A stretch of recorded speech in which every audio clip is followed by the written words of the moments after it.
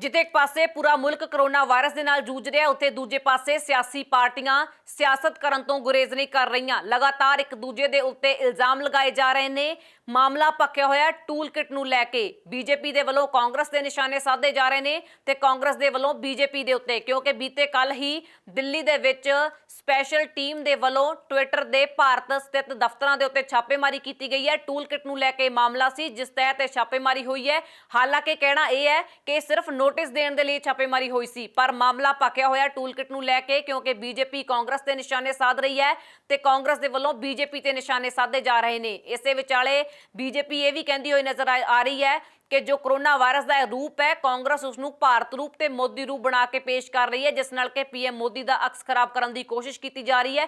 ਤੇ ਉੱਥੇ ਹੀ ਦੂਜੇ ਪਾਸੇ ਕਾਂਗਰਸ ਇਹਨਾਂ ਇਲਜ਼ਾਮਾਂ ਨੂੰ ਨਕਾਰਦੀ ਹੋਈ ਨਜ਼ਰ ਆ ਰਹੀ ਹੈ। ਉਹਨਾਂ ਦਾ ਕਹਿਣਾ ਹੈ ਕਿ ਬੀਜੇਪੀ ਕਾਂਗਰਸ ਨੂੰ ਬਦਨਾਮ ਕਰਨ ਦੀ ਕੋਸ਼ਿਸ਼ ਕਰ ਰਹੀ ਹੈ, ਪਰ ਸਮਾਂ ਅਜਿਹਾ ਚੱਲ ਰਿਹਾ ਹੈ ਕਿ ਸਰਕਾਰਾਂ ਹੋਣ ਚਾਹੇ ਵਿਰੋਧੀ ਪਾਰਟੀਆਂ ਹੋਣ, ਉਹਨਾਂ ਨੂੰ ਲੋਕਾਂ ਦੀ ਸਿਹਤ ਦਾ ਧਿਆਨ ਰੱਖਣਾ ਚਾਹੀਦਾ ਹੈ, ਕਿਉਂਕਿ ਪਿਛਲੇ ਦਿਨਾਂ ਤੋਂ ਕਈ ਦਿਨ ਹੋ ਚੁੱਕੇ ਨੇ। ਰਾਹੁਲ ਗਾਂਧੀ ਦੇ ਵੱਲੋਂ ਲਗਾਤਾਰ ਟਵਿੱਟਰ ਤੇ ਸਰਕਾਰ ਤੇ ਨਿਸ਼ਾਨੇ ਸਾਧੇ ਜਾ ਰਹੇ ਨੇ ਕਿ ਕਿਵੇਂ ਮੋਦੀ ਸਰਕਾਰ ਇਸ ਕੋਰੋਨਾ ਕਾਲ ਦੇ ਦੌਰਾਨ ਫੇਲ ਹੋਈ ਹੈ, ਜਿਸ ਤਹਿਤ ਹੀ ਲਗਾਤਾਰ ਟਵੀਟ ਹੋ ਰਹੇ ਨੇ। ਤੇ ਇਸੇ ਟਵੀਟ ਦੇ ਦੌਰਾਨ ਹੀ ਬੀਜੇਪੀ ਦੇ ਆਗੂ ਸੰਬਿਤ ਪਾਤਰਾ ਵੀ ਇੱਕ ਟਵੀਟ ਕਰਦੇ ਨੇ। ਟੂਲ ਕਿਟ ਨੂੰ ਲੈ ਕੇ ਉਹਨਾਂ ਦਾ ਇਹ ਟਵੀਟ ਹੁੰਦਾ, ਜਿਸ ਤੋਂ ਬਾਅਦ ਟਵਿੱਟਰ ਨੇ ਇਸ ਨੂੰ ਮੈਨੂਪੂਲੇਟਡ ਟਵੀਟ ਯਾਨੀ ਕਿ ਹੇਰ-ਫੇਰ ਵਾਲਾ ਟੈਗ ਲਾ ਦਿੱਤਾ ਸੀ, ਉੱਤੇ ਫਲੈਗ ਲਗਾ ਦਿੱਤਾ ਗਿਆ ਸੀ, ਜਿਸ ਤੋਂ ਬਾਅਦ ਇਹ ਪੂਰਾ ਮਾਮਲਾ ਭਖ ਜਾਂਦਾ ਹੈ।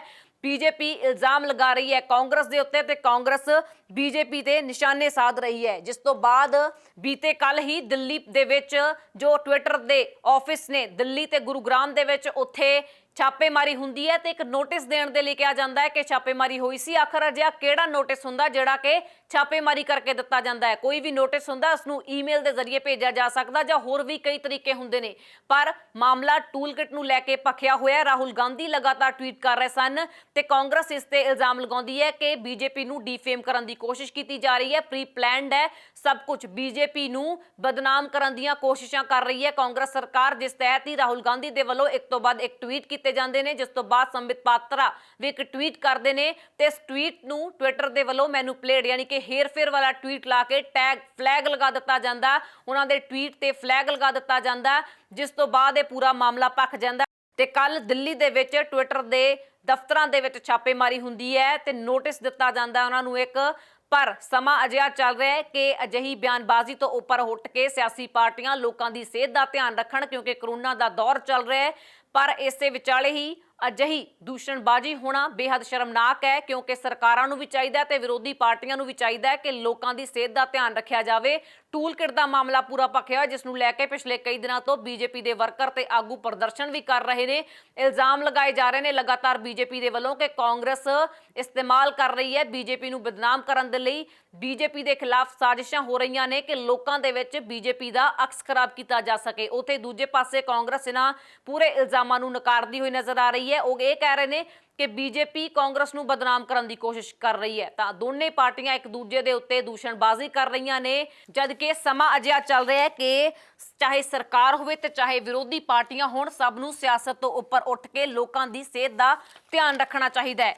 ਤਾਂ ਬੀਤੇ ਕੱਲ ਦਿੱਲੀ ਪੁਲਿਸ ਦੇ ਵਿਸ਼ੇਸ਼ ਸੈੱਲ ਨੇ ਕੋਵਿਡ ਟੂਲ ਕਿਟ ਮਾਮਲੇ ਦੀ ਜਾਂਚ ਨੂੰ ਲੈ ਕੇ ਟਵਿੱਟਰ ਇੰਡੀਆ ਦੇ ਦਿੱਲੀ ਤੇ ਗੁਰੂਗ੍ਰਾਮ ਦਫ਼ਤਰਾਂ ਦੇ ਵਿੱਚ ਛਾਪੇਮਾਰੀ ਕੀਤੀ ਸੀ ਤੇ ਇੱਕ ਨੋਟਿਸ ਦਿੱਤਾ ਸੀ, ਜਿਸ ਤੋਂ ਬਾਅਦ ਬੀਜੇਪੀ ਨੇਤਾ ਨੇ ਨੋਟਿਸ ਤੋਂ ਬਾਅਦ ਇਹ ਕਿਹਾ ਸੀ ਕਿ ਟਵੀਟ ਦੇ ਨਾਲ ਛੇੜਛਾੜ ਕੀਤੀ ਗਈ ਹੈ, ਜਿਸ ਤੋਂ ਬਾਅਦ ਕਿ ਮਾਈਕਰੋ ਬਲੌਗਿੰਗ ਸਾਈਟਸ ਤੋਂ ਸਪਸ਼ਟੀਕਰਨ ਮੰਗਿਆ ਸੀ। ਤਾਂ ਦੱਸ ਦਈਏ ਕਿ ਦਿੱਲੀ ਦੇ ਵਿੱਚ ਇਹ ਛਾਪੇਮਾਰੀ ਹੋਈ ਸੀ। ਨੋਟਿਸ ਭੇਜਣ ਨੂੰ ਲੈ ਕੇ ਕਿਹਾ ਜਾ ਰਿਹਾ ਹੈ ਕਿ ਇਹ ਛਾਪੇਮਾਰੀ ਹੋਈ ਸੀ, ਪਰ ਇਲਜ਼ਾਮਬਾਜ਼ੀ ਹੋ ਰਹੀ ਹੈ, ਟੂਲ ਕਿਟ ਦਾ ਸਹਾਰਾ ਲੈ ਰਹੀਆਂ ਨੇ ਸਰਕਾਰਾਂ ਹੋਣ ਚਾਹੇ ਵਿਰੋਧੀ ਪਾਰਟੀਆਂ ਹੋਣ, ਇੱਕ ਦੂਜੇ ਦੇ ਉੱਤੇ ਇਲਜ਼ਾਮ ਲਗਾ ਰਹੀਆਂ ਨੇ। ਜਦ ਕਿ ਸਮਾਂ ਹੈ ਕਿ ਲੋਕਾਂ ਨੂੰ ਚੰਗੀਆਂ ਸਿਹਤ ਸਹੂਲਤਾਂ ਦਿੱਤੀਆਂ ਜਾਣ, ਕਿਉਂਕਿ ਕਰੋਨਾ ਵਾਇਰਸ ਦੀ ਦੂਜੀ ਲਹਿਰ ਬੇਹੱਦ ਖਤਰਨਾਕ ਸਾਬਿਤ ਹੋ ਰਹੀ ਹੈ।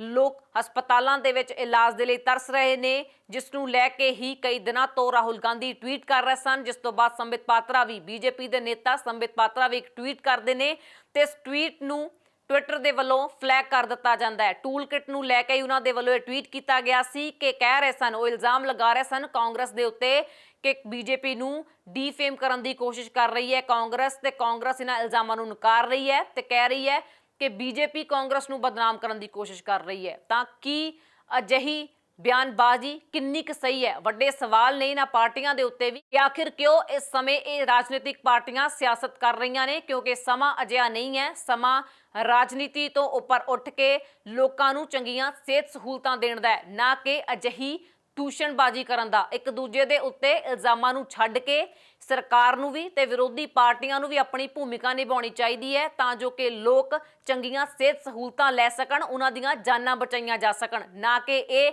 ਕਿ ਟੂਲ ਕਿਟ ਦਾ ਸਹਾਰਾ ਲੈ ਕੇ ਰਾਜਨੀਤੀ ਕੀਤੀ ਜਾਵੇ।